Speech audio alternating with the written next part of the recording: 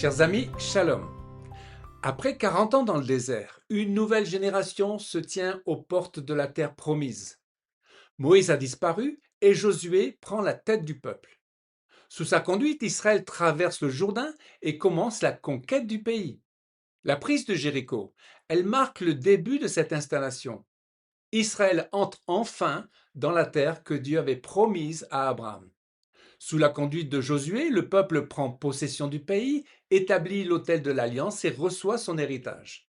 Et à cette étape de l'histoire d'Israël, en découvrant tous ces héros de la Bible, il est bon de relire la parole qui définit Israël. Deutéronome 7, versets 6 à 7. Tu es un peuple saint pour l'Éternel ton Dieu. L'Éternel ton Dieu t'a choisi pour que tu sois un peuple qui lui appartienne parmi tous les peuples qui sont à la surface de la terre. Ce n'est pas parce que vous dépassez tous les peuples en nombre que l'Éternel s'est attaché à vous et vous a choisi. En effet, vous êtes le plus petit de tous les peuples. La suite des déclarations est importante parce que l'Éternel vous aime et qu'il est fidèle aux promesses qu'il a faites à vos pères. L'on comprend pourquoi le monde est jaloux et rejette Israël. Et pourtant, c'est le choix de Dieu. Israël est le témoin de Dieu et son fils premier-né. L'élection divine fait partie des mystères de Dieu. Et en tant que chrétiens, faire partie de l'Alliance nous fait comprendre ce grand privilège d'être aimé par le Créateur, un Dieu d'amour. Josué le conquérant. Revenons à Josué, en hébreu Yehoshua. Son histoire succède à 40 ans de désert. Et pendant 40 ans, les enfants d'Israël ont marché avec Dieu sous la houlette de Moïse. Pendant ces années, Israël a appris la dépendance.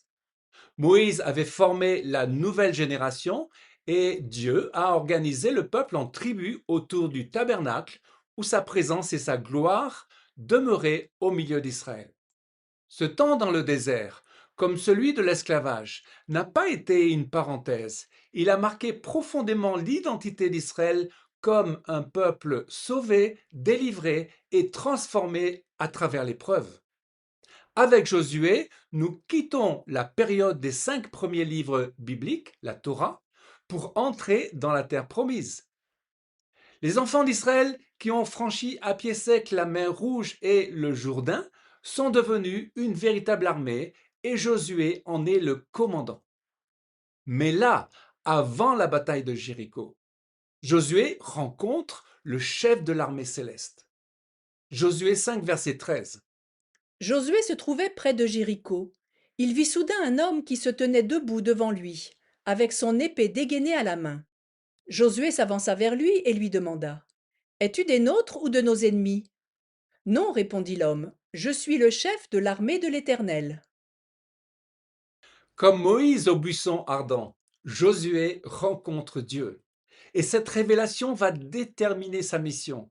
Elle sera la conquête du pays de Canaan, le partage et l'attribution du territoire aux 12 tribus, l'établissement du culte au centre du pays avec le tabernacle à Shilo, confirmant l'alliance de Dieu avec Israël. Josué appellera le peuple à la fidélité à la fin de sa vie. Il rassemblera Israël à Sichem, lançant cet appel. Josué 24, verset 15. Choisissez aujourd'hui qui vous voulez servir, ou les dieux que servaient vos pères au-delà du fleuve, ou les dieux des Amoréens dans le pays desquels vous habitez. Moi et ma maison, nous servirons l'Éternel. Le temps instable des juges. Après Josué, Israël traverse une période de plusieurs siècles sans conducteur. Le peuple est dirigé par des juges, comme Déborah, Gédéon ou Samson, des chefs que Dieu suscite pour délivrer Israël lorsqu'il tombe sous la domination de ses ennemis. C'est une époque marquée par un cycle répétitif. Israël s'éloigne de Dieu. Des ennemis oppriment le peuple. Dieu suscite alors un libérateur et le cycle recommence. Cette période des juges se résume en une phrase. Juge 21, verset 25. En ce temps-là, il n'y avait point de roi en Israël. Chacun faisait ce qui lui semblait bon. Samuel et la naissance de la royauté. Dieu appelle alors Samuel, le grand prophète d'Israël. Sous son ministère, le peuple demande un roi pour être comme les autres nations. 1 Samuel 8, versets 19 à 20. Le peuple refusa de tenir compte des avertissements de Samuel. Les Israélites insistèrent en déclarant: Qu'importe, nous voulons quand même un roi. Nous voulons nous aussi être dirigés comme tous les autres peuples. Et Dieu dit à Samuel, ce n'est pas toi qu'il rejette, c'est moi qu'il rejette pour que je ne règne plus sur eux. Saül, le premier roi. Saül est grand, impressionnant, il correspond aux critères humains, et c'est le roi selon les désirs du peuple. Il commence bien, il délivre Israël de ses ennemis, les Philistins, les Ammonites. Il inaugure la monarchie, il possède de vraies qualités. Il est courageux au combat et même rempli de l'Esprit de Dieu. Son problème est le manque d'obéissance. Il n'attend pas Samuel pour le sacrifice et il n'exécute pas Agag, le roi amalécite. Et à cause de sa désobéissance et de son orgueil, Dieu destituera Saül et choisira David. 1 Samuel 15, verset 22. Voici, l'obéissance vaut mieux que les sacrifices, et l'observation de sa parole vaut mieux que la graisse des béliers. David, un roi selon le cœur de Dieu. Si Saül représente un roi choisi selon l'homme, David, lui, est choisi selon le cœur de Dieu. David va profondément marquer l'histoire d'Israël.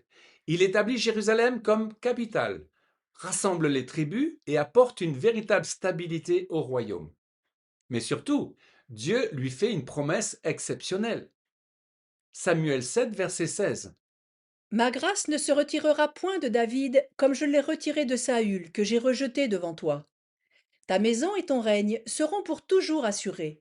Ton trône sera pour toujours affermi. Cette promesse ouvre une perspective immense. Un jour viendra un roi Messie, issu de la descendance de David, dont le règne sera éternel. Le parcours de David est unique. Berger à Bethléem, il devient le vainqueur de Goliath, puis un musicien qui apaise Saül. Et pourtant, il devra fuir pendant des années, poursuivi et rejeté, avant d'accéder au trône. Et donc avant d'être roi, David passe par une longue période d'épreuve, une véritable école du désert.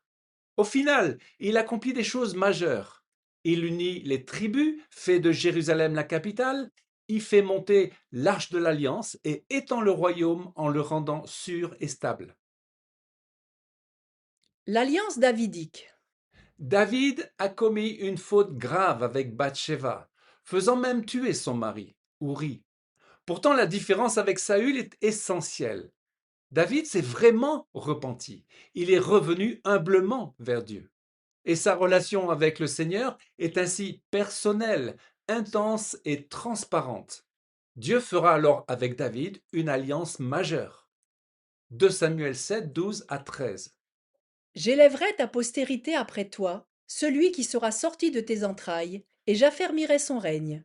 Ce sera lui qui bâtira une maison à mon nom, et j'affermirai pour toujours le trône de son royaume. L'alliance davidique peut se résumer ainsi. Tout d'abord, Dieu promet une descendance royale. Il promet qu'un fils de David régnera après lui, et ce fils sera Salomon, qui construira le temple. Ensuite, une postérité éternelle. Dieu promet que la lignée de David ne disparaîtra pas. Enfin, Dieu fait l'annonce d'un roi futur dont le règne sera éternel. Et c'est pourquoi les prophètes parlent du Messie, fils de David. Ainsi, de Josué à David, Israël est donc passé de la conquête de la terre promise à l'établissement d'un royaume. Le règne de Saül a révélé les limites du pouvoir humain. Et avec David, nous voyons que Dieu établit une royauté selon son cœur, préparant la promesse du roi messianique. Amen. Dans la prochaine vidéo, nous verrons comment le royaume fondé par David va connaître sa gloire sous Salomon avant de se diviser et d'entrer dans une période de crise qui marquera profondément l'histoire d'Israël.